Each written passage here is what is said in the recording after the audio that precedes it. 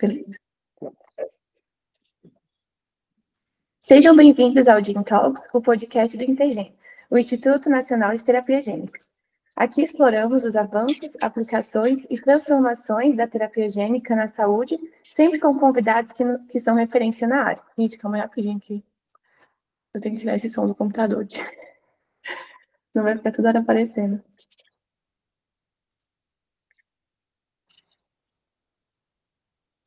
Foi, calma aí, vou repetir de novo.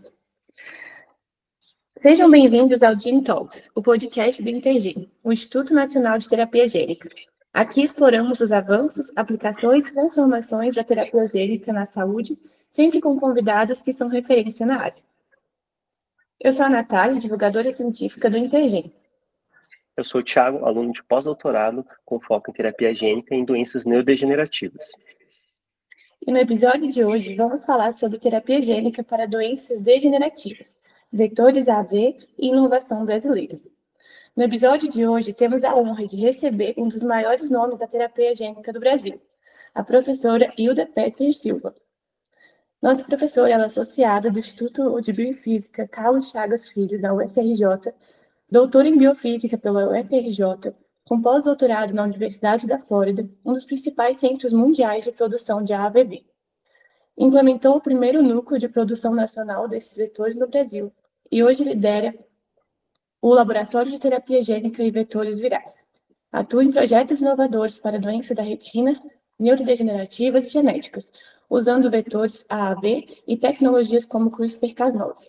Também integra o REMETA, Grupo Técnico da Anvisa para Avaliação de Terapias Gênicas no Brasil. Professora Hilda, mais uma vez seja bem-vinda. E para começar, já temos uma pergunta, né? E seria, como a senhora explicaria de forma acessível, digamos assim, o que são os vetores AAV e por que eles são tão importantes para a terapia gênica? Bem, antes de responder, eu queria agradecer o convite. É um prazer estar aqui conversando com vocês. Bem, e respondendo, né, a pergunta, os vetores de AAV, para uma forma bem fácil de explicar, eles são um carro, né? Eles são um carreador, né? Um carro para levar justamente o material genético para a célula-alvo onde se quer fazer a terapia. Então, existem vários vetores, né? Um deles é o vetor viral de vírus adeno associado. Ele é baseado, né, nas características desse vírus, só que, em vez de levar o material genético do vírus, esse material genético foi modificado de forma a levar o material genético terapêutico para as células-alvo. Então, esse é o nosso carro. E seu laboratório foi pioneiro na produção nacional de AAVs. O que representou essa conquista para o Brasil e quais foram os principais desafios envolvidos? Bem, eu acho que assim, primeiro ponto que eu acho importante ressaltar é mostrar que o Brasil é capaz de produzir esses vetores, o Brasil é capaz de fazer pesquisa de tecnologia de ponta. Então, a gente conseguiu fazer isso. Então, eu acho que isso daí mostra que a gente tem muito potencial e precisa ser mais explorado se a gente pensa, né, em fazer esse tipo de produção em escala terapêutica para conseguir, né, produzir os vetores para aplicação em pacientes. Então, eu acho que a gente tem um caminho ainda pela frente, mas eu acho que esse pioneirismo, né, e esse primeiro laboratório de produção mostra essa capacidade que a gente tem. E, professora, grande parte da sua pesquisa é focada em doenças de retina, certo? E o que torna essas doenças candidatas ideais para o uso da AAV? Bem, eu acho que a primeira coisa que eu posso destacar aí de uma forma bem fácil, né, é que o olho, né, é um compartimento isolado, né, do resto do corpo. Então, se a gente pensa numa terapia gênica em vivo, onde a gente aplica os vetores diretamente no paciente, né, o olho ele está de alguma forma contido, né? Então esses vetores acabam não entrando em contato com o resto do organismo do paciente, né? Então, na realidade, existe sim um pequeno contato, mas é muito menor do que quando esses vetores são injetados na circulação. Então, a gente tem ali um ambiente que favorece nesse sentido. Então, tem uma resposta imune menor do que os que são injetados sistemicamente. Além disso, a gente consegue, através de injeções diferentes no olho, alcançar diretamente o tecido-alvo, que é a retina, né, que contém os neurônios que são os alvos da terapia. Então, a gente pode fazer isso por injeção intravítrea, que é uma injeção simples, feita normalmente em consultórios, ou através da técnica de injeção subretiniana, que aí é um pouco mais complexo, o paciente precisa ser internado, né, mas a cirurgia em si é razoavelmente simples. Certo. E professora, uma dúvida, o que te fez escolher o AV e não, de repente, um outro vetor, por exemplo, um lentivírus? Bem, o AV tem algumas características positivas, né? Assim, eu acho que antes de falar sobre isso, acho que tem um ponto aí importante. Todos os vetores são importantes, tanto os virais quanto os não virais, né? Todos têm características próprias, né? Então, não existe o melhor vetor é o que atende às características com objetivo terapêutico, né? Então, comparando vetores, a gente escolhe o melhor vetor dependendo da terapia. Então, por exemplo, o AV, ele é um vetor que não integra o material genético.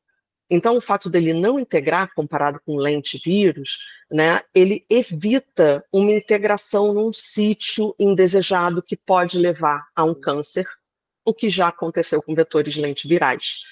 Então, ele tem essa vantagem. Ao mesmo tempo, por mais que ele não integre, esse material genético ele fica na forma de satélite, né? Ele fica o que a gente chama de episomal, e ele fica lá por muito tempo. Então, mesmo não integrando no DNA, ele é um vetor que leva o material genético e ele fica de forma estável na célula, né? Então, ele tem essa vantagem, né? Uma outra vantagem é que existem diferentes sorotipos. Então, assim, o que é isso, né? São diferentes capsídeos, né? Como se fossem carros de diferentes cores. E cada um desses carros de diferentes cores acabam tendo um tropismo, um direcionamento para certos tecidos. Então, tem certos sorotipos que favorecem sistema nervoso central, tem certos sorotipos que favorecem tecido cardíaco ou o fígado, né? Então, a gente consegue, escolhendo os diferentes sorotipos, as diferentes cores dos carros, direcionar para o órgão-alvo da terapia. Então, essa é uma vantagem interessante desse vetor, né? Que ele tem justamente essa grande quantidade de sorotipos que a gente pode utilizar. Então, ou seja, colocando no olho, se tiver uma chance pequena dele sair do olho, por você ter escolhido um sorotipo ideal para o olho, ele não vai entrar em outros tecidos e, de repente, causar também de repente, ele começar a agir dessa forma em outros tecidos. Isso diminuiria essa vantagem que o lentivírus provavelmente poderia fazer também. Seria isso, né? Basicamente. Não. Sim e não. Então, assim, o olho, né, uma vez que esses vetores são entregues no olho, pouco desses vetores escapam, né? A maioria dos vetores virais, eles infectam as células muito rapidamente, né? Eles entram nas células muito rápido, né? Então, eles acabam extravasando por causa do humor aquoso que ele realmente, né, acaba indo para o fluxo sanguíneo. Então, a gente tem um pequeno escape viral. Então, todos eles escapam um pouco, né? E por isso a gente faz análises de biodistribuição para ver justamente esse escape e o que isso pode trazer de dano para o paciente, né? No entanto, a gente já sabe que o escape é muito pequeno e a resposta imune sistêmica, né, ela é muito baixa para esse vetor, né, que escapa do ambiente do olho. Né? Então, para qualquer um dos vetores, o ambiente do olho é um ambiente interessante por causa disso. Se a gente fala de sistema nervoso central também, se a gente faz uma injeção localizada diretamente nesse órgão-alvo, né? A grande questão imunológica é quando a gente faz injeção sistêmica via, por exemplo, os vasos sanguíneos. E aí a gente espalha esse vetor pelo corpo todo e a gente tem respostas imunes bastante acentuadas, né, e alguns outros efeitos adversos associados. né? Agora, comparando vetores, o fato do AAV ser interessante para o sistema nervoso central é porque ele infecta células que não estão em divisão mais, né? Eles infectam com bastante eficiência e eles entregam esse material genético com eficiência e não fazem essa inserção, né? Que no caso os vetores lentivirais fazem. Então, a inserção provocada pelos lentivírus, né? Ela pode ser positiva porque a gente mantém esse material genético por mais tempo, mas ao mesmo tempo se inserir numa posição que pode vir a gerar um câncer, né, a gente acaba tendo um efeito adverso. O AAV, ele não tem esse efeito adverso, porque como ele fica satélite, ele tem uma expressão de longo prazo, né, e ao mesmo tempo ele não gera nenhum efeito colateral, né, como, por exemplo, uma inserção errônea. Perfeito. Maravilha. Professora Hilda, nós vimos que entre os seus projetos que estão em andamento, há um foco especial no tratamento do glaucoma, né? Como que a terapia gênica ela pode atuar nesse tipo de condição? Então, o glaucoma, ele é muito conhecido como uma doença de aumento de pressão intraocular. Só que o aumento da pressão intraocular é um fator de risco para essa doença, é o fator de risco mais difundido pela população, né? E é o único fator de risco tratável para essa doença. Mas o glaucoma, ele, na realidade, ele é uma doença neurodegenerativa. Tanto que existem, dos tratamentos que existem para o glaucoma, em alguns casos, em alguns pacientes, apesar de ter uma redução da pressão intraocular, a degeneração da retina persiste. Então, o paciente, mesmo tendo o controle da pressão intraocular, ele tem uma perda visual associada, né? E essa perda a longo prazo pode levar à cegueira. E um outro ponto importante é que, para mostrar, né, que o glaucoma é uma doença neurodegenerativa, existem glaucoma de pressão normal, né? Então, onde os pacientes não têm pressão intraocular aumentada, então, onde os medicamentos que existem hoje para o tratamento não funcionam para esses pacientes, né? Então, isso mostra que ele está dentro desse conjunto de doenças neurodegenerativas. Então, o que a gente faz no laboratório é buscar manipulações genéticas que podem deixar as células mais resistentes a esse insulto degenerativo. E, professora, aí nesse foco seria pacientes que estão no início da doença, do glaucoma, ou que já estão na fase crônica, a terapia, eu digo, como que se iniciaria? Então, justamente por ser uma doença crônica, isso significa que esse processo degenerativo ele acontece ao longo do tempo. Então, na realidade, a premissa, o que a gente acha, né, é que a gente poderia usar esse medicamento enquanto tiver células saudáveis. Então, o paciente chega no consultório, ele é diagnosticado com glaucoma, com uma certa perda visual, ele ainda tem células saudáveis que estão propiciando ele a enxergar. E o nosso objetivo é tentar manter essas células que ainda estão no paciente, né? A gente tem terapia, a gente tem estudos aqui visando também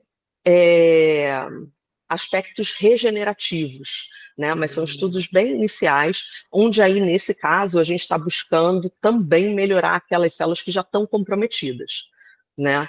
Mas a gente estuda essas duas vertentes. Então, pensando numa forma, num transgene que consiga dar uma capacidade, uma resistência para a célula, e com isso o paciente, né, teria uma qualidade de vida melhor por mais tempo, e também a gente busca estratégias regenerativas para tentar melhorar aquelas células que já estão mais comprometidas com a doença.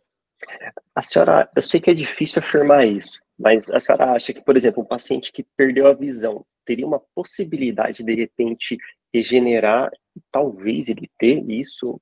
Eu sei que é muito difícil afirmar, mas será que teria essa possibilidade? A senhora acredita que poderia chegar a terapia gênica a um nível de falar, olha, a gente consegue regenerar e ele enxergar, digamos assim, não totalmente, mas pelo menos uma parte. Eu acho que as perspectivas futuras, eu acho que agora a gente não tem isso, mas eu acho que existem estudos muito promissores, né, associando terapia gênica com células-tronco, né, e com isso poder talvez repovoar a retina, né, a perda das células, né, em determinadas doenças, e talvez com isso fazer com que o paciente volte a enxergar. Então eu acho que talvez no futuro a gente consiga realmente chegar nesse objetivo. Eu acho que esse seria o objetivo assim ideal, não só para as degenerações da retina, mas imagina a gente conseguir, né, isso para outras condições neurodegenerativas também, né? Então eu acho que todos esses estudos de neuroproteção e regeneração celular no sistema nervoso, né, os diferentes grupos acabam estudando dentro de um contexto de doença, que são os modelos experimentais que a gente tem no laboratório, mas eu acho que todos eles a gente talvez possa intercambiar nas diferentes doenças. Eu acho que essa talvez seja a beleza de todos esses estudos, né, que daqui a um pouco de tempo podem vir a talvez trazer regeneração para o sistema nervoso. E é interessante isso, a senhora falar isso, porque realmente, se consegue fazer isso no olho, facilita para os outros pensarem de uma forma para usar para outras doenças neurodegenerativas. Isso vai facilitar muito. E o contrário também é verdadeiro. Algo que se descobre em outras áreas da neuro vai facilitar para se usar no olho também. Isso é fantástico, isso, né, Sem na dúvida. verdade. Sem dúvida. Então, os nossos estudos, por mais que estejam concentrados dentro da neurodegeneração glaucomatosa, eles eventualmente podem vir a ser aplicados em outros modelos. Então, a gente está começando alguns estudos iniciais no laboratório com outros modelos de doença para ver se os transgênios que nós trabalhamos, que a gente já viu aqui, que eles são neuroprotetores no contexto da degeneração glaucomatosa, se eles poderiam também ser aplicados em outras doenças neurodegenerativas. Legal. E, professora, sabemos que você também trabalha com tecnologias como o CRISPR-Cas9. De que forma os vetores AAV são utilizados para entregar essas ferramentas? Bem, então, vou juntar aí dois conceitos importantes, né? Como eu falei dos carros, o vetor de AAV, ele é um mini carro, né? Por quê? Porque o material genético que ele consegue carregar, ele é limitado. Porque é uma característica desse vetor como vírus, né? O vírus, originalmente, né, o seu material genético tem 4,7 pares de quilobases, né? Então, esse é o limite que esse vetor consegue carregar, né? Então, as maquinarias de CRISPR originais, né, as primeiras que foram descritas, elas eram realmente muito grandes e não conseguiam ser colocadas dentro desse vetor. Então, o que a gente faz no laboratório, a gente não usa CRISPR para fazer o editoramento genético. A gente usa a maquinaria de CRISPR para fazer ativação transcricional. Então, a gente usa a Cas9, que a gente chama de Dead Cas9, ou Cas9 morta. Então, ela não tem, que é justamente a enzima que vai para o material genético, né? Essa enzima ela está mutada nos sítios que clivariam DNA, então elas não clivam mais, né? E acoplada a essa proteína, nós usamos 3 sítios que são sítios de ativação de transcrição. Então, na realidade, essa maquinaria ela está funcionando para levar ativadores transcricionais para os sítios promotores de certos genes alvos para aumentar a expressão desses genes, né? Então, por isso que a gente chama de maquinaria de CRISPR, né? Mas com o objetivo de aumentar a expressão gênica. Então, no contexto aqui do laboratório, a gente busca modular a expressão gênica de genes neuroprotetores e genes regenerativos, né? Então, esse projeto começou em 2020, foi financiado pelo CNPq, né? Então, nós construímos essa primeira maquinaria, nós já testamos ela in vitro, né? Então, ela funciona como um ativador transcricional, e nós fizemos pequenas adaptações para ela caber nesse mini carro, né? Então, essas maquinarias são entregues, né, para os neurônios pelos vetores de AAV, né? E a gente está testando agora isso em vivo. Então, ela funcionando em vivo, e tem chance, porque a gente conseguiu mostrar que elas funcionam muito bem in vitro, né? O nosso objetivo é fazer um carro que leve, né, tanto essa superexpressão de genes neuroprotetores como regenerativos. A gente quer fazer o que a gente chama de maquinaria multiplex, né? Não só atingir um alvo único, mas vários alvos, né? Por isso, multiplex. Legal. Por exemplo, e é interessante isso, porque, querendo ou não, uma das dificuldades do CRISPR-Cas9 é exatamente o off-target, né? Então, ter esse risco de usar e ele alterar em outras regiões. Então, sendo dessa forma de só ativação, diminui muito isso, né? Tem chance de acontecer mesmo assim ou não? Tipo, diminui total.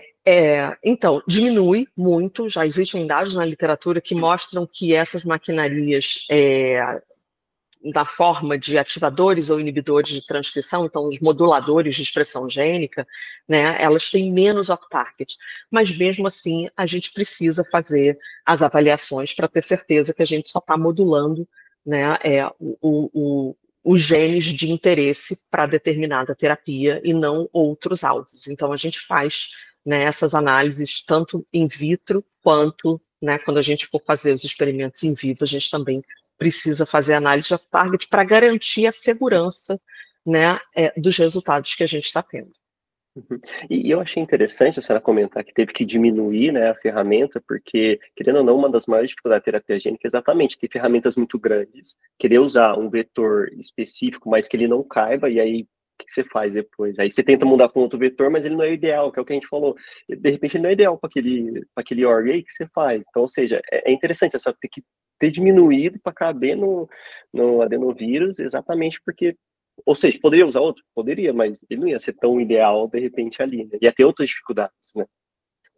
Eu acho que uma das belezas dentro da terapia gênica é justamente esse quebra-cabeça, né? É muito importante entender o contexto da doença, né? Ter uma hipótese bem fundamentada, uma pergunta, né, direcionada para um benefício terapêutico. E, a partir daí, buscar as ferramentas. Então, a minha ferramenta de entrega é o AV. Então, para eu tentar usar essa maquinaria de CRISPR, como é que eu monto ela? Né? Então, por exemplo, a gente escolheu a enzima Cas9, né, justamente derivada. A gente usa o que a gente chama, o que tem hoje na literatura, que são as mini Cas9. Né? Então, ela já é reduzida justamente para a gente conseguir usar com diferentes vetores. Aí, além disso, essas sequências que promovem o aumento da transcrição, a gente conseguiu reduzir para ela ser mínima, né, mas mesmo assim efetiva, né, para conseguir, né, construir todo esse complexo, e a gente ainda tem espaço para colocar os guias, né, que vão levar essa maquinaria para as sequências-alvo, tudo dentro, né, do mesmo vetor. Né? Então, hoje a gente tem ali um vetor de AV que a gente consegue fazer todas essas manipulações genéticas e levar essa maquinaria para as células-alvo.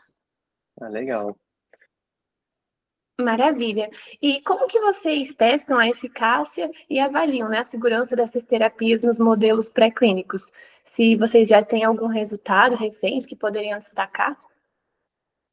Então, depende um pouco do contexto. Então, já que a gente está aqui falando de maquinaria de CRISPR, né, todas essas maquinarias, elas precisam ser testadas in vitro antes de ir para o in vivo. Por quê? Né? Quando a gente começa essas análises, a gente desenha vários guias, né, que são os elementos que vão guiar a maquinaria para a sequência-alvo do DNA.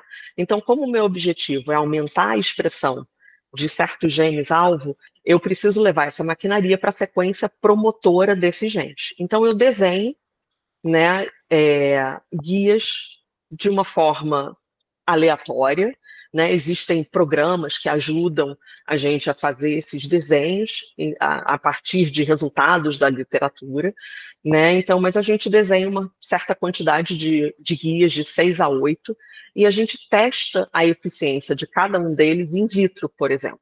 E depois a gente escolhe os melhores para então fazer as análises in vivo. Bem, quando a gente passa para o modelo de glaucoma, né, a gente precisa fazer testes que sejam compatíveis. Para a gente chamar essas terapias, né, de terapias gênicas e ter, né, dados que a gente chama de pré-clínicos, a gente precisa fazer testes que sejam compatíveis com testes que são feitos em humanos. né? Então, a gente tem aqui o modelo que foi desenvolvido pelo nosso laboratório, que é de aumento de pressão intraocular, e ele leva a neurodegeneração bem característica do que é visto na doença. Então, a gente tem um modelo muito similar à doença humana, né? E a gente consegue fazer análises em vivo. Então, por exemplo, a gente faz eletroretinograma, que é um tipo de análise que é feita em pacientes, para ver a função retiniana. Então, quando eu dou a terapia, será que eu melhoro a função daquela retina frente ao insulto? Né? Então, a gente consegue fazer esse teste. Um outro teste também que a gente faz no laboratório é o teste optocinético, né? Então, ele testa para ver se a retina está mandando informações para os centros superiores, né? Ele, na realidade, é um teste de reflexo de movimento do olho. Então, se a informação visual sai da retina e vai para os centros superiores, o animal ele responde aos estímulos visuais. Então, a gente faz alguns desses experimentos em vivo, né, para justamente conseguir medir o quanto que essas moléculas terapêuticas, esse material genético, está realmente melhorando a condição clínica ou não. Eu ia te perguntar até exatamente sobre os testes, porque, querendo ou não, para o ser humano, entre aspas, é mais fácil, porque você pergunta, você está enxergando? Automaticamente ele vai falar que não, ou está tendo dificuldade. Óbvio, você vai fazer exames específicos, mas é muito mais fácil. Agora, para o animal, como que você consegue dizer, e aí, você melhorou? Tipo, o que você analisaria? Tipo, tem algum teste também, vou dar um exemplo, mas que não entra nessa parte da visão, por exemplo, de neurodegeneração de memória, a gente usa a técnica de Morrow, né? Então, que o rato fica andando ou também fica nadando, exatamente para você avaliar a memória. Mas como você avalia essa visão? Tudo bem que você falou desse teste, mas tem um outro mais específico que você garante que, olha, realmente ele está vendo, eu garanto que ele está vendo ou não? Olha, existe, então, um teste que seria muito interessante é ver potencial evocado, né, no cérebro, nos centros responsáveis pela informação visual, né? Então, a informação, quando ela sai da retina, né, ela é mandada para os centros superiores até ela chegar, né, nas regiões onde são importantes, justamente o que a gente chama de, elas chegando nessas áreas, o paciente vai enxergar, né? Então, a gente consegue fazer medições de potencial nessas regiões que são, né, a área occipital do cérebro. Então, essa seria uma das medições.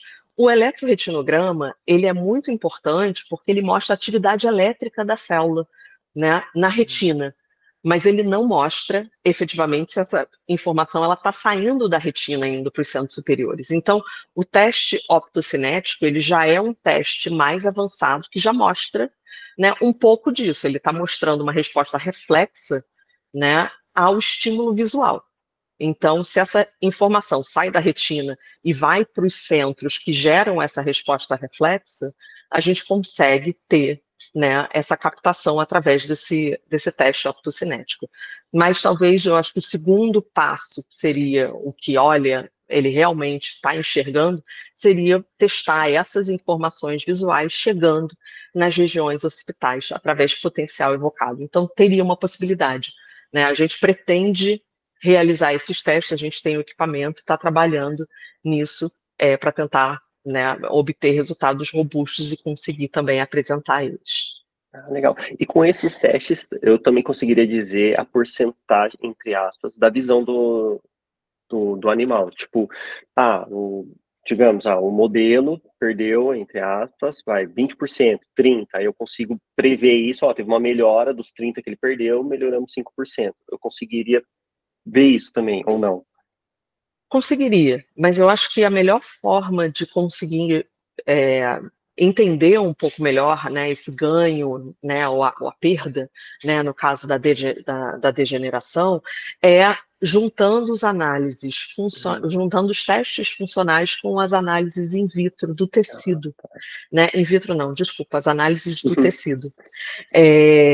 Então a gente acaba fazendo isso também, a gente analisa essas retinas, né, a gente quantifica essas células, então juntando esses resultados quantitativos, né, dessas células com os resultados funcionais, a gente consegue justamente dizer porcentagem de morte, o quanto que isso está relacionado com a perda nesses testes funcionais, né? Então, juntando as duas coisas é a melhor forma da gente conseguir mostrar tanto as perdas quanto os ganhos com as nossas estratégias terapêuticas. E a gente consegue fazer isso no laboratório. Isso é legal, né? Mostrando exatamente que a junção das duas, né? De você ver a parte, jogando uma parte histológica ou biologia molecular, mais com o comportamento do animal, né? Ou seja, só um não vai dizer 100% o que está acontecendo. E vice-versa, né? Dos dois, mesmo a parte molecular, você pode ver perfeito, mas aí o animal não se comporta do jeito que você espera, então alguma coisa não está tão perfeito. Então é legal juntar os dois e realmente, né? Ter essa visão de poder bater o martelo. Olha, teve uma melhora de 20%, porque eu estou vendo dos dois ângulos, estou vendo esses 20%, né? Exatamente. Para a gente conseguir realmente ter uma proposta de terapia, né? A gente diz que tem vários níveis de pesquisa. Então, primeiro tem a prova de princípio, que são análises, como você mencionou, análises histológicas, né? Essas análises mais clássicas, mas que a gente não está falando de função ainda, né? A gente está analisando estaticamente o tecido e vendo se tem mais célula ou menos célula, né? Então, se na degeneração tem, né, perda de célula, a gente dá alguma molécula terapêutica e a gente perde, e o tecido tem menos perda de célula, então a gente vê aí que tem uma possibilidade realmente terapêutica. E os testes funcionais, eles dão a credibilidade que aquele tecido está funcionando como ele deveria funcionar, né? Normalmente. Então, juntar as duas coisas faz parte da evolução da pesquisa quando a gente está falando de estudos pré-clínicos buscando desenvolver novos medicamentos, né, novas possíveis terapias. Perfeito. E, professora, o Brasil enfrenta desafios na produção em larga escala, certo? De regulação de terapias gênicas. Como a senhora vê esse cenário hoje? E qual o papel da Rede Nacional de Especialistas em Terapia Gênica, né, que é o RENETA, nisso? Essa pergunta é enorme. Vamos eu repito, separá-los. não tem problema. Né? Então, o desafio de produção de AV, eu acho que é um desafio global. Né? O Brasil ainda não tem centro de produção em larga escala, né? E eu sou uma das pessoas que acredita que o Brasil precisa ter um centro de produção de larga escala, porque eu acho que isso pode ajudar tanto os pacientes brasileiros, né, quanto, quem sabe, a gente também consiga produzir para oferecer para outros países, né? Existem várias instituições, como a Fiocruz, que ela é capaz de produzir, né, vacinas, né, e eu tenho certeza que também teria capacidade de produzir esses vetores. Então, um dos grandes gargalos de terapia gênica, no geral, não só com os vetores de AV, mas até mesmo com outros vetores, é ter esses centros de produção. Essas terapias, elas são muito novas e muito diferentes das terapias anteriores. Desculpa, gente. Imagina. Chegou uma pessoa aqui, desculpa. Imagina, professora. Me perdi total. A senhora estava falando... Posso começar? Pode, claro, fica à vontade. Faz a pergunta de novo, só para eu... Claro, sem problemas. O Brasil... Aí deixa eu aproveitar. Uhum. Eu posso fazer essas pausas assim no meio do negócio ou atrapalha muito? Não, tá. Pode, não tem problema. Eu acho que em vez do e-regulação, eu colocaria um ou na pergunta. Ah, tá. Tá? Porque assim, a gente não tem problema na regulação, então eu acho que o ou leva, sabe? Entendi.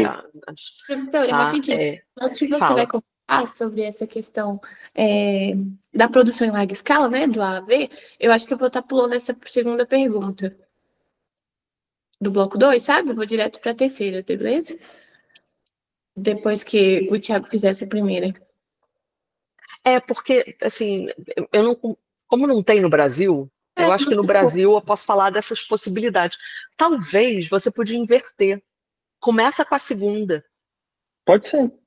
Do ponto de vista até quais barreiras de aplicação. Aí a gente fala de AV e depois você pergunta do Brasil e regulatório no Brasil. Aí eu acho que fica bem interessante. Perfeito, a gente faz. Realmente eu também não tinha pensado nisso quando eu li. Não tem problema. Então eu vou começar pela segunda, tá bom? Tá bom, beleza, desculpa. Imagina. Professora, do ponto de vista técnico, quais barreiras ainda dificultam a aplicação clínica em larga escala da terapia gênica com a AV? Então, eu acho que a principal barreira é ainda a novidade, né? A forma de produção desses novos medicamentos, né, desses medicamentos biotecnológicos, é muito diferente dos fármacos convencionais, né? Então, todas essas terapias, as primeiras terapias, por exemplo, o Luxturna, que foi aprovado, né, foi a primeira terapia gênica aprovada nos Estados Unidos, foi necessário construir uma fábrica de produção para fazer, né, os primeiros lotes para serem testados em pacientes, né? Então, hoje, existem poucas dessas fábricas, e essas fábricas, elas estão localizadas nos países onde a mão de obra, né, é muito mais cara. Então, existem fábricas nos Estados Unidos, em alguns países da Europa, no Japão, né? Então, isso tudo contribui, né, a onerar o preço desses medicamentos. Então, eu acho que conforme essa tecnologia vai se difundindo e novos centros de produção vão aparecendo, né, a gente tem a tendência a ajudar a baratear esse tipo de produção. Então, acho que o grande gargalo hoje para aplicação e para, né, para difusão realmente dessas terapias é um pouco, né, essa questão de produção ainda. Ou seja, ter mais países que possam produzir, porque aí ficaria mais barato essa terapia para o mundo, né? De usar pelo menos a técnica, ficaria mais viável, né? Mais acessível, eu acredito nisso. Professor, o Brasil enfrenta desafios na produção em larga escala e na regulação, né, de terapias gênicas. Como você vê esse cenário hoje e o papel da Rede Nacional de Especialistas em Terapia Gênica, o RENETA, nisso?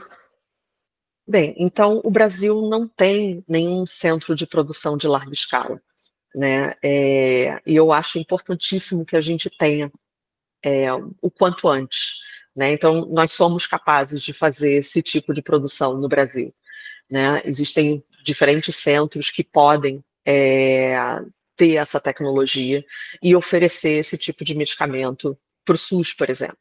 Né? Então, isso ajudaria aos pacientes brasileiros a terem acesso a esses medicamentos se eles pudessem ser produzidos nacionalmente. Né? Então, isso aí é muito importante, mas a gente ainda não tem centros de produção desses vetores no Brasil. Quanto à regulação, isso o Brasil já está bem adiantado. Então, as regulações de terapia gênica, hoje, que são seguidas pela Anvisa, elas estão de acordo com as regulações internacionais, tanto americanas quanto europeias, né? Então, os critérios, eles são muito em comum, né, dentre esses órgãos avaliadores, o que facilita, né, a avaliação dessas terapias e a introdução desses novos medicamentos no mercado nacional. E a Rede Nacional de Especialistas em Terapias Avançadas, que é o RENETA, ele foi importante porque ele deu um suporte, né, para a Anvisa justamente no entendimento dessas novas tecnologias. Né? Então, eu e vários outros colegas, né, que trabalhamos nessa área, a gente pôde justamente dar um suporte, mostrando o que é, explicando em detalhes o que é essa tecnologia, o que é necessário realmente prestar atenção para que essa tecnologia seja bem empregada nos pacientes, e que seja muito segura para os pacientes. Isso é interessante você falar, até porque vem do que a senhora comentou, ou seja, vamos usar o exemplo do CRISPR-Cas9, sem as alterações, ou seja, ele pode causar um off-target. Então, ter esse entendimento de, poxa, você usar essa ferramenta, quais são os riscos, né? Eu acho que é importante isso, ou seja, vocês lutaram por isso exatamente para querer mostrar, existe o risco, vamos deixar claro como que funciona, se é uma boa ferramenta, se não é, exatamente para, se for aprovado, a gente tem uma noção maior de todos os riscos que estão ali, e o que pode ser diminuído desses riscos, né?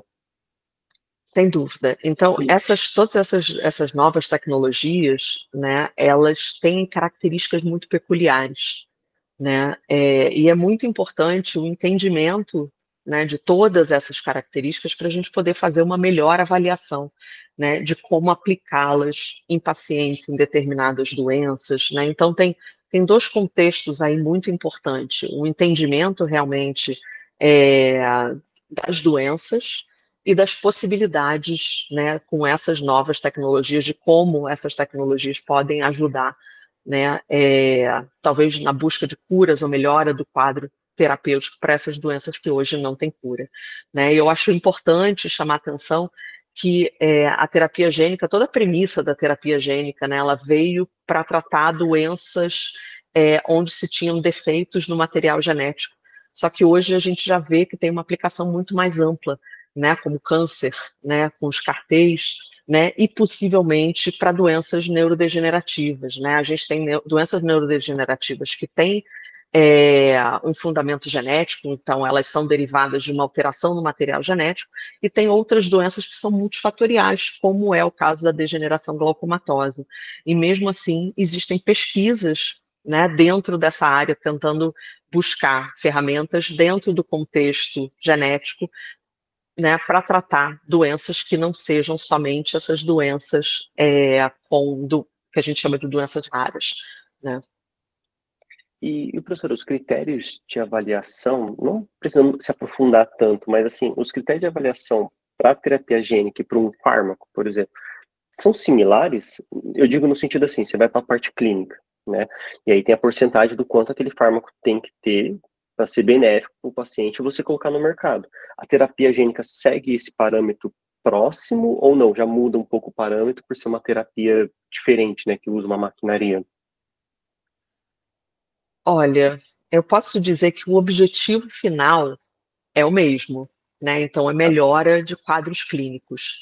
Mas a forma de se avaliar é muito peculiar, né? Pelas características individuais de cada uma dessas terapias e pelas próprias características clínicas, né? Então, os primeiros medicamentos que foram aprovados, né, de terapia gênica in vivo, eles foram aprovados para doenças genéticas. Então, essas doenças têm as suas peculiaridades, né? E não tinham outros tratamentos anteriores para se ter um comparativo. Então, a melhora clínica do paciente, às vezes um pouco de melhora clínica, já é considerado benéfico para pacientes que às vezes tinham um período de vida muito curto, né? Então, eles acabam sendo muito peculiares para cada uma das terapias, né, especificamente. Mas eu acho que com a difusão deles, né, então futuramente, talvez vão existir padronizações que possam ser usadas. Então, eu vou agora colocar um outro contexto, né, não mais olhando para o paciente, mas olhando para o processo de produção desses vetores.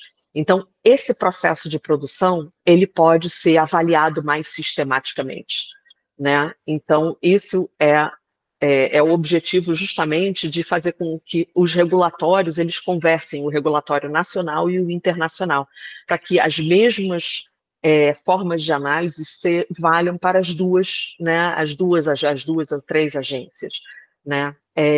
Então, as produções, elas são, a gente consegue fazer uma análise mais equivalente, né? Já no paciente, existem as peculiaridades de cada doença, então elas acabam sendo mais específicas para cada uma das doenças.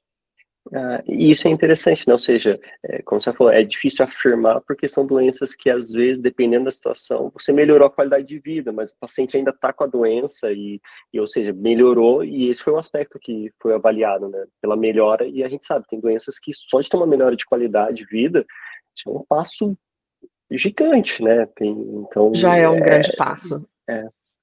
Sem dúvida, promover para pacientes que possuem doenças que não têm cura, né, uma possibilidade terapêutica é realmente uma mudança de paradigma. Eu acho que a terapia gênica veio justamente para poder propiciar, né, esse tipo de vantagem clínica, e eu acho que com o avançar dos estudos, né, dentro dessa novidade tecnológica, eu acho que a gente tem muitas outras possibilidades de aplicação dessa tecnologia. E aproveitando isso, professora, você até comentou sobre a questão de produção em larga escala, de repente ser introduzida no SUS, mas a senhora acredita, tudo bem, se do jeito que está hoje, a senhora acredita que conseguiria se colocar isso no SUS, essa terapia gênica, tanto na sua pesquisa como em outras? A senhora acha que é possível? Eu acho que sim, eu acho que da mesma forma que nós temos medicamentos genéricos, a gente pode ter, talvez, terapias gênicas genéricas, né? Então, eu acho que hoje, o que se discute internacionalmente é que a gente tenha carros, né, onde todo o seu regulatório já tenha sido aprovado, então, vetores, né? Eu estou chamando de carros só para facilitar Uhum. o entendimento, Sim. né? Mas que esses vetores, o material genético é o que vai ser intercambiável, né? Então, quando a gente chegar nesse momento, eu acho que vai ser mais fácil a difusão desse tipo de terapia. Então, nesse contexto, a gente teria uma fábrica, um centro de produção desses carros, e a gente simplesmente modularia o material genético e poderia produzir isso em larga escala, né, para as diferentes doenças, né? Então, eu acho que esse é o objetivo, eu acho que isso já é visto dentro da comunidade internacional, né? Inicialmente era tudo muito unitário, singular, né? Justamente por não ter outros, né? Hoje, por exemplo, já existem mais de 2 medicamentos desse vetor de AAV. Então já se entende um pouco mais tanto do processo de produção quanto dos efeitos desse vetor no paciente, né? Então esses entendimentos ajudam a gente a dar agora passos maiores, né, com esse objetivo. Então, eu acho que o que a gente vislumbra no futuro é poder ter esses centros de produção, né, de acordo com as normas, com as exigências das agências regulatórias, onde a gente, então, troque simplesmente material genético e analise os efeitos terapêuticos, mas não mais, né, os efeitos que hoje a gente precisa avaliar desses carreadores, né, desses carros, sejam eles virais ou sejam eles futuramente não virais, né? Eu acho que talvez no futuro a gente caminhe, né, para vetores não virais. Isso é interessante, né? Porque poderia baratear o medicamento, porque a gente sabe que a terapia gênica, querendo ou não, ela acaba sendo muito cara, né? Tem medicamentos aí mais de 1 milhão, e é uma dose. E aí, de repente, isso favoreceria a ficar mais barato e ficar mais acessível também, né? Porque mesmo que vá para o SUS caro, a gente sabe que precisa, tem medicamentos até muito caros no SUS, mas barateando facilita também os pacientes terem mais acesso também, né? Sem dúvida, eu acho que tem vários aspectos, né? Eu acho que produção local é fundamental para a gente conseguir baratear custo, né? Acessibilidade dessa tecnologia. Então, hoje, isso está concentrado com algumas indústrias farmacêuticas, faz com que, né, a precificação fique por essas indústrias farmacêuticas. Então, a gente precisa de concorrência para talvez diminuir preço, e a gente precisa justamente tentar, de alguma forma, ter alguma unidade onde seja mais fácil a manipulação. Se a gente pensar que a gente tem que desenvolver um medicamento do zero desde o início, né, consequentemente ele vai ser mais caro. No momento que a gente já tem parte dele desenvolvida e a gente só muda, né, algum pedaço dele, isso vai ajudar a baratear, né? Então tem várias questões que permeiam esses valores tão altos, né? Quando a gente olha para o contexto da indústria farmacêutica e a gente pensa que doenças que não tinham cura hoje têm uma possível cura, né? E com uma dose única, eu acho que a outra grande premissa da terapia gênica é que, justamente por consertar o material genético do que está errado, né, para a doença rara, ela é uma dose única. Se essa dose única vai ser suficiente para manter o paciente bem ao longo da vida, a gente ainda vai aprender, né? Mas se essa premissa for verdadeira, eu acho que isso justifica até um pouco desses preços elevados, né? Quando a gente pensa em tratamentos a longo prazo, a gente está dando uma droga única num único momento e supostamente ele vai melhorar o quadro clínico do paciente, né? Mas de qualquer forma, eu acho que mesmo nesse contexto, apesar de trazer, por exemplo, propiciar um paciente que não enxergaria a visão, a gente pode considerar esse medicamento priceless, né? Sem preço, né? Enfim, mas isso aí é uma discussão para outro momento. Sim, sim. Mas isso, mesmo assim, isso é muito importante, né? Acho que é isso que fascina tanto a pesquisa. Nós podemos criar essa visão de a gente pensar nisso, mesmo que, mas hoje não existe. Não, tudo bem, mas a gente criar essa visão de que futuramente pode ter, a gente está trabalhando para ter. Porque é como você falou, qualidade de vida. Uma paciente perdeu a visão, se a gente der 50% a visão dele, quanto que vai melhorar a vida dele? É sensacional. Exatamente. Mesmo que para alguns, mas é só 50, ele vai ter dificuldade. Sim, mas, pô, para quem não enxerga ter É melhor 50, do que não ter. exatamente. Sem dúvida. Qualquer um que perdeu a visão, você fala, eu te dou 50%, tá aqui. A pessoa vai amar, vai amar. Então, é exatamente aquela esperança que a gente dá para o paciente. Então, é difícil, muito difícil, às vezes não está ao nosso alcance agora, mas a pesquisa é fascinante por isso, porque a gente vive uma esperança lá no fundo e fala, um dia talvez a gente consiga dizer isso para o paciente, ó, você perdeu a visão, eu tô te recuperando, a gente consegue fazer isso por você. É o que você falou, não vai ter preço, e justifica muito, né? A gente entende o quanto é caro, mas com o passar do tempo vão tendo tantas empresas fazendo que vai ficar mais barato. Um Exatamente, professor uma vez falou exatamente. exatamente isso, professor Sam, conforme tiver mais competições, fica mais barato. Ter só uma empresa fazendo, é claro que vai ficar muito caro, é só ela produzindo. Exatamente. Então, Exatamente. é o futuro, querendo ou não, se a gente parar pra pensar uns 20, 30 anos atrás, quantas empresas mexem com terapia gênica? 50. E agora hoje não, tem outras olhando para a terapia gênica e querendo exatamente manipular isso. Então, ou seja, tem mais de uma empresa já olhando para isso, está vendo um sucesso nisso. Então, a perspectiva realmente está aumentando cada vez mais, né? Eu acho que o primeiro passo da terapia gênica foi se validar, né? Foi validar a sua premissa terapêutica. A gente consegue fazer terapia gênica, né? Então, os primeiros valores estavam associados a tudo novo, né? A construir chão de fábrica para produzir esses vetores, né? Então, acho que hoje a gente já tem vários medicamentos aprovados, a gente já tem pacientes com melhoras de quadros clínicos consideráveis com os medicamentos. Então, hoje a terapia gênica, ela funciona, a gente não tem mais dúvida disso, né? Então, a gente tem que fazer com que a terapia gênica seja agora, como é que a gente consegue fazer com que ela seja aplicada, difundida para todos que precisam, né? Então, agora a discussão é diferente, né? Então, antes a discussão era, ela funciona ou não? Hoje a gente sabe que ela funciona. Então, como é que a gente consegue dar acesso? Hoje a gente está falando de acessibilidade dentro da terapia gênica.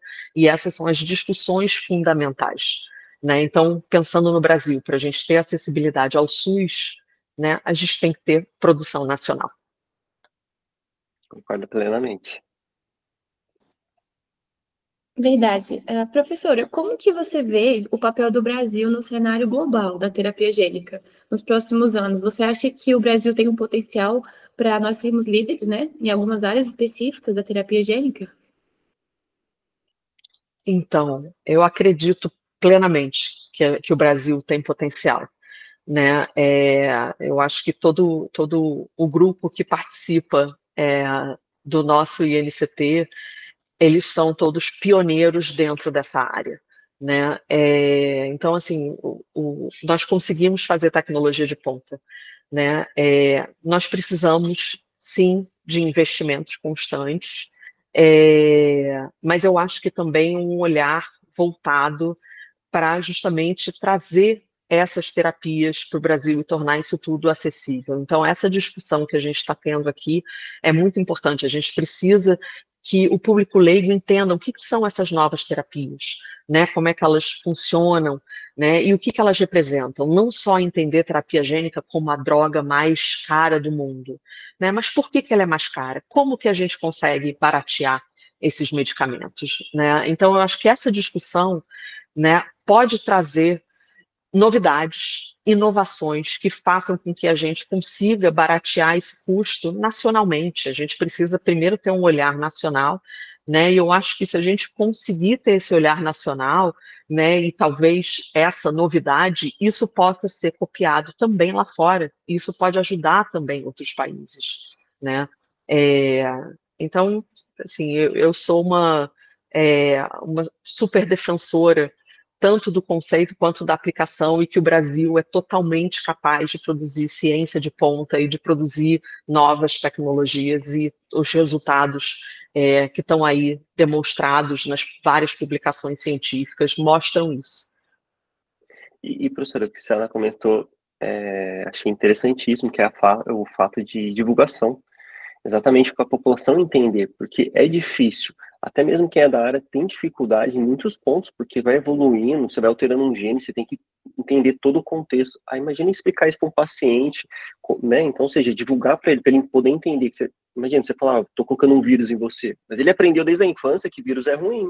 Então, como que você explica para ele? Então, precisa explicar, né? Tem que ter essa divulgação para ele poder entender, pô, ela tá colocando um vírus no meu olho para eu poder ter uma possibilidade de enxergar. Só que na infância ele sempre aprendeu que era ruim. Então, e a importância da divulgação é exatamente para isso, para que a população possa entender e aceitar, não, isso que está sendo feito é benéfico para mim, é positivo, porque realmente o que mais a gente está vendo é o pessoal ter dificuldade de entender algumas coisas. A gente viu na pandemia, quando se falou da vacina de RNA, por quê? Porque a população não sabia.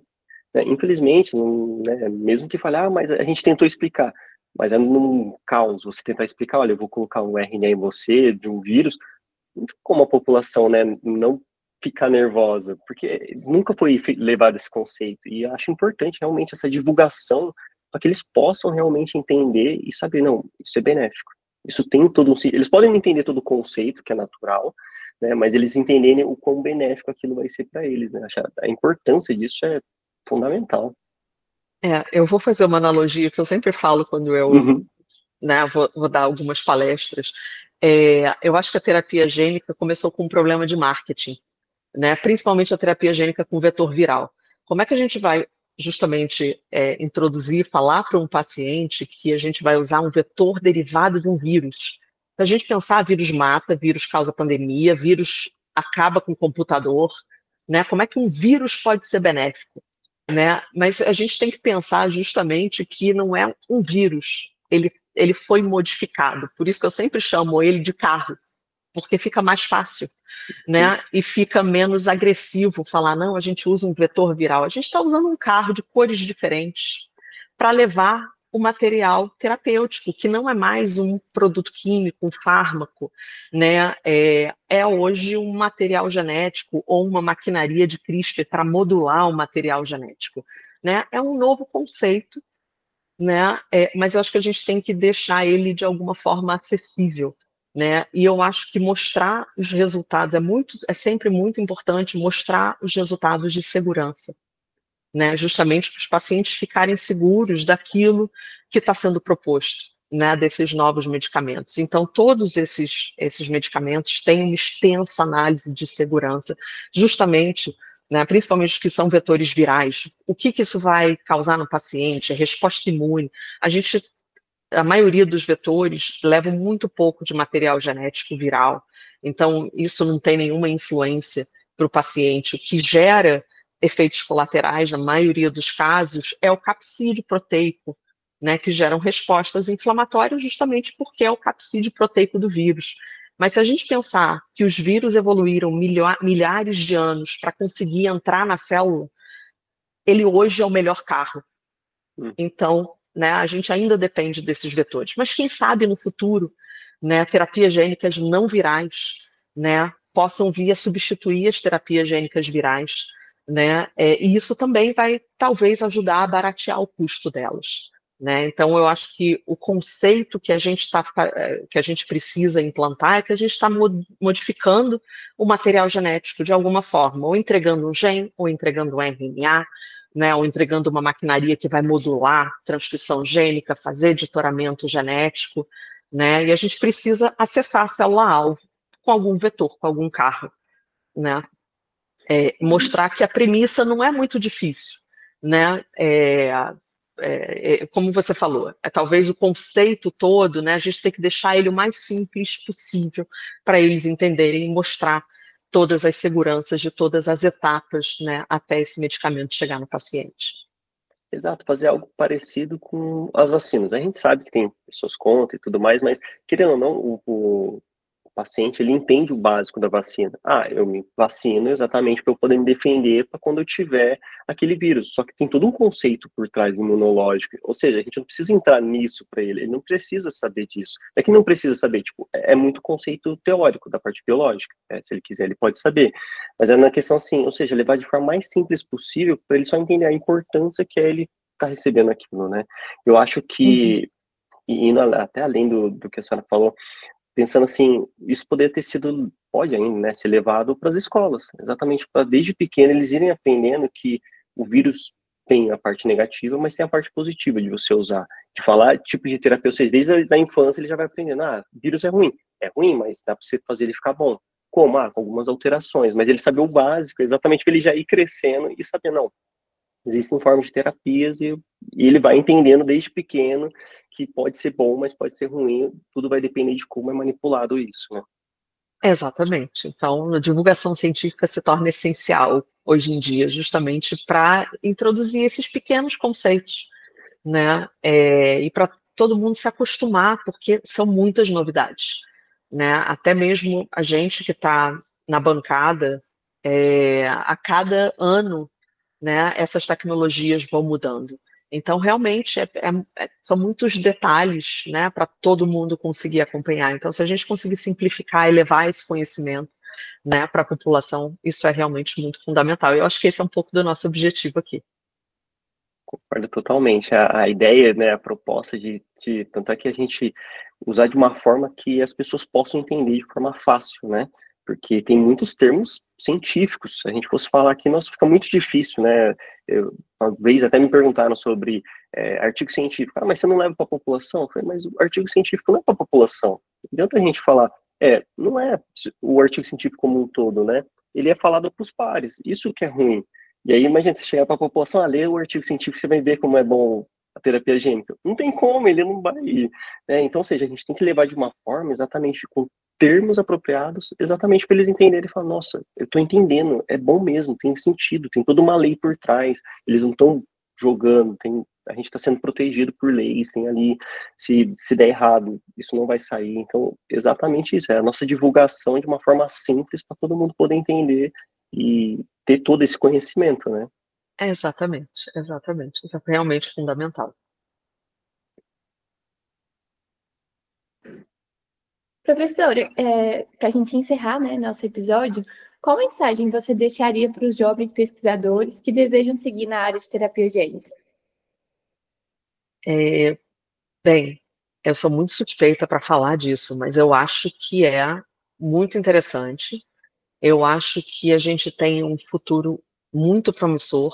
Eu acho que a terapia gênica, como um todo, todas essas possibilidades de manipulação genética, né, não só em cura de doenças raras, né, mas também de manipulações genéticas que podem ser benéficas para a produção de alimentos. Então, existe, né, várias outras atividades onde essas manipulações genéticas permeiam e podem ser muito positivas para a população, né? Então, eu acho que tem muito campo de trabalho, muito campo ainda para ser estudado, e é realmente uma área muito estimulante, justamente eu acho que a gente está no início, né, de uma mudança de paradigma muito grande. Então, poder participar disso é muito interessante. A gente vê, né, a aplicabilidade disso muito próximo da gente, então o que torna, né, ainda mais estimulante essa área. Verdade, professora, muito obrigada. Todo o Intergen gostaria de estar agradecendo, né, por você compartilhar sua trajetória, seu conhecimento com a gente. E a você, ouvinte, até o próximo episódio do podcast do Intergen. Acho que agora já pode pedir para a professora parar de gravar. Gente, foi muito bom! Muito bom, professora. A professora arrasou demais. Não, gente, vocês são ótimos. E olha Eu, às vezes, como fico assim, para onde eu vou, para onde eu não vou. Não, deu tudo certo. Não, foi muito bom, professor. Nossa, é fantástico. Assim, e é bom porque a gente começa a conversar, a gente começa a ver outras coisas. Com o seu foi a mesma coisa, a gente começou. Por isso que eu falei de ia ter outras perguntas, porque com o seu E foi a caramba, mesma a gente coisa. passou de 1 hora, agora que eu vi, são 11 É. 12 Passa Por isso que eu rapidão. falei que com o seu foi isso. A gente começou a conversar e ficamos e tal. E aí ele foi respondendo isso, fazendo perguntas, quando foi ver, passou 1 hora, chegou 1 hora. Não, é muito rápido. É bem leve. E eu acho que foi muito completo. Nossa, ficou maravilhoso. Porque explicou bem detalhes do que a senhora faz, explicou dos avanços, do futuro, né? Dos desafios que a terapia gênica tem no Brasil. Isso ficou bem completinho. Legal.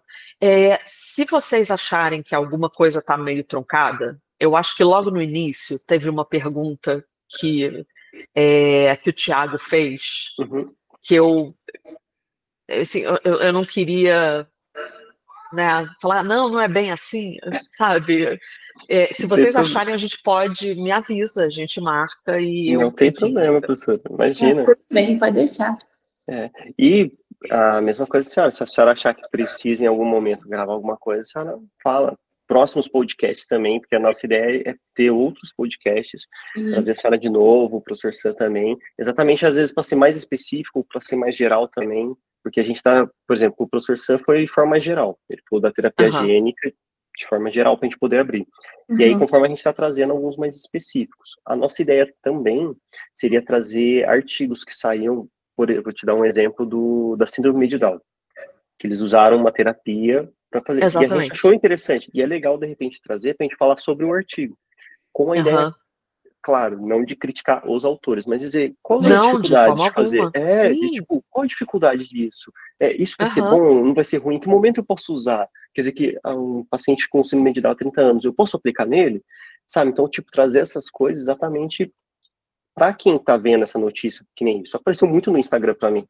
Então, não só eu, mas muitas pessoas vão receber. Então, se eles entenderem, não é em qualquer momento que pode ser aplicado, tem os momentos certos. Então, a nossa ideia também é trazer esses artigos novos e ter essas discussões, exatamente mostrando qual é a dificuldade, o que tá faltando no artigo também, mas a gente entende o porquê que eles fizeram assim, sabe? Então, a nossa ideia também é poder fazer isso para coisas novas que surgem, a gente já poder estar discutindo e o pessoal entender, nossa, é assim que eles estão vendo.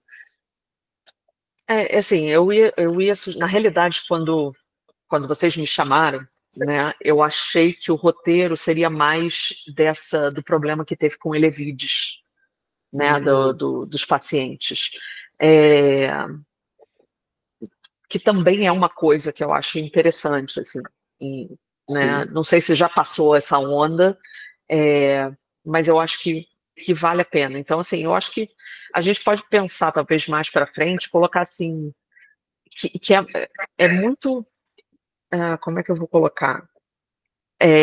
Como abordar problemas, né? Mas a gente tem que fazer isso de uma forma assim muito sutil para não detonar, em vez de ajudar, né? Eu acho que seria abordar para dizer que, né, tentar tirar a parte boa disso, né? Então acho que a gente tem que, mas eu acho que é uma coisa que a gente podia pensar, uma temática, né, dentro e os problemas que tiveram. Né? Quais foram os problemas e quais foram as soluções que foram tomadas para cada uma dessas situações. De repente, assim fica mais leve, mostra que, apesar dos problemas, existem soluções para esses problemas. Isso não quer dizer que a terapia gênica terminou. E a gente pode até